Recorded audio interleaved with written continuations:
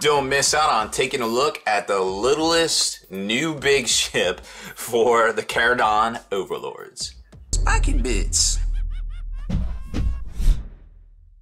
What's happening, hobby maniacs? Rob Baer with you again today, taking a look at the baby ship. It's so little, look at it. It doesn't seem like it's little, but it's actually kind of little when you compare it to the other ships. Now this is the Grundstock Gunhauler.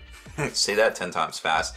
And this is $50 from Games Workshop. At current time, release week, it is sold out on their site, but I'm sure you can still get them at local Games Workshop stores and independent retailers the world over. Now, for the ship itself, it is on a large flying stand, or large cavalry base, excuse me, as we kind of surmised looking at all these scale references from the White Dwarf itself over the past few weeks.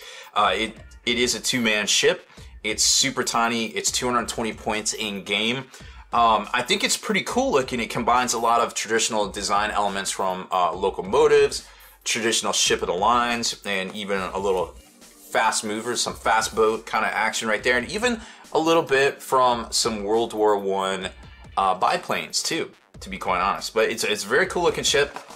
A couple of sprues here. Of course, it's got all the bombs and everything that you would normally expect. It's got the sky cannon or the drill cannon. Those are your two different options. Comes in normal size packaging that we've seen in the past. It is only one normal size sprue. I say normal size because a lot of times when you buy a tactical squad kind of kit, it comes, you know, this is a size sprue for that, but this is the actual way they cast the sprues, I guess, so to speak, these days. So you've got one sprue of design elements. You've got the large large cavalry base, and things like the Mornfang cavalry models that you've seen me feature and paint and use in my tutorials come on this base right here, just to give you an idea of scale. And then the brand new little flight stem right here, and then I'm going to be really interested to see where that actually kind of plugs in on this monstrosity. So let's take a look at the instructions themselves, because a lot of times that really helps us out, kind of identify a lot of the parts and to see all the cool stuff that comes in the kit itself. So you can see that the top of the hull and the keel itself are two different nearly single pieces here. It's got a little bit of assembly parts that you put into here, and once you kind of attach both halves right here, the rudder itself you don't have to glue in, which is kind of cool. So it's got a few moving parts on it. And then you've got all the accessories and wings and horizontal stabilizers and things that you would come to expect from sort of vessel of its type. And then you got the engine sacks and things. Remember, these are all hollow. You can LED them out if you want. You've got the pilot, or the captain of the ship, I guess, which it actually isn't the gunner. This is kind of the gunner. He's got like a mini cannon, but he's actually the captain because he's got the little, he has control of the rudder back there, the air rudder. You've got even a little anchor, which is pretty neat. And then you got two different versions. You can use the drill cannon or the sky cannon. There's a stack of cannonballs back here that I guess this guy kind of loads in, and the drill cannon as well, all fixed firing forward there. There's all your bombs and everything that it uses in combat, which we've talked about in the past in the rules breakdown or tips and tactics that we put on here. Now for propulsion, it looks like everything's done through the top mast, through the engine sack up here, and the props attached to the rudders as well. It looks like you wouldn't have to glue them down, but you can if you want. And everything is based up here. Now the design element that I thought was pretty cool was these little cross supports that we saw traditionally in a lot of biplanes back in World War I, right? So that's kind of neat that you got that element in here. You know, it's very similar to how the old biplane wing system kind of went together. So I thought that was pretty neat little crossover design element right there. Pretty cool to see. And then more stuff here, and it looks like the bottom piece, it's another two-part clam pack or a two-part assembly for the flight stem right there, which is a little bit depressing because if you do that wrong, your ship is not going to stick together. So we got to make sure we take a closer look at that on the sprue here in a second, because I want to make sure we address that one there. So as far as the sprues themselves go, let's take a look. So here you can definitely tell these are the top air bladders that are going to provide the propulsion or the buoyancy for this airship. Then of course you've got the top of the top deck. I guess this is the main deck, so to speak, where all the crew goes. Now, scale-wise, you're looking at about this big.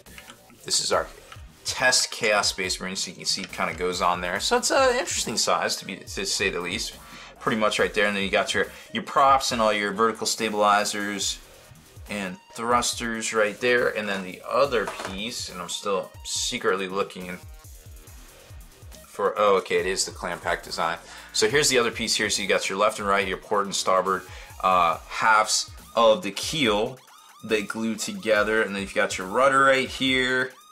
All of your point defense bombs and rockets, your support masts. Oh, there's your cross hatching right there. It looks like the two pieces just kind of X together and form one system, which is really neat to see.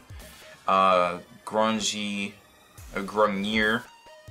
icon right there. There's the wheel that's gonna go right here, I believe, on that particular piece here. Now you can see, kind of see a little bit where this is the spot where your flight stem is going to attach. So you want to make sure that you get a nice clean fit between these two spots right here, because that's where your flight stem is going to go. And if you don't get a good fit right there, well, it's going to be all wonky and wobbly. So that's no es bueno.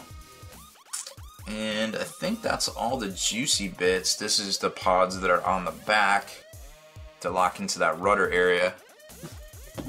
And I think that's it. So those are all the major design elements that I wanted to show you there. Again, very well detailed. It's got all sorts of manner of studs and hoses and bells and whistles. Literally, there's a whistle right there. It's a lot to take in. You got the little footholds for their little dwarven feet. You've got the drill parts, but I mean, you got rivets, you've got fairings, you've got symbols. I mean, you name it, it's on here. There's a lot of space taken up with a lot of different details. And let's see, I just want to check the tolerance here. So it's pretty well tolerated for the flight stem right there as well. Now, rules wise for this thing, I'll be quite honest. Let me bust out the rule book. But I'll be quite honest, I'm not exactly thrilled by this particular model in game. I don't think for 220 points, I don't put a whole lot of stock in it personally. It's cool because you can deflect some of the wounds over to it from the bigger ships, which will lend to their survivability, and I think there's some combos there.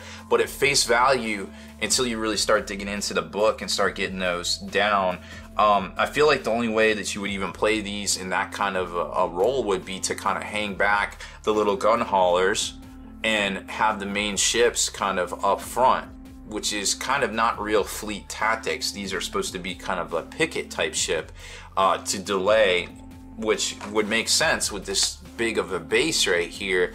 They could block out some of the charging zones for a lot of people trying to approach the ironclads, but then the problem is that they're going to blow through these pretty quick, and especially if you're allocating wounds out and using those as your bubble wrap to your bigger ships. But maybe I'm wrong, maybe I'm missing the big picture there, but that's just my gut feeling, knowing what I know about survivability of these units in game here. Now, I mean, they've got 10 wounds, they have a decent bravery, they have not that good of a save, they have a great movement, they can go all ahead full, which is great. They can't shoot, but they can reroll run and charge after and make charge rolls.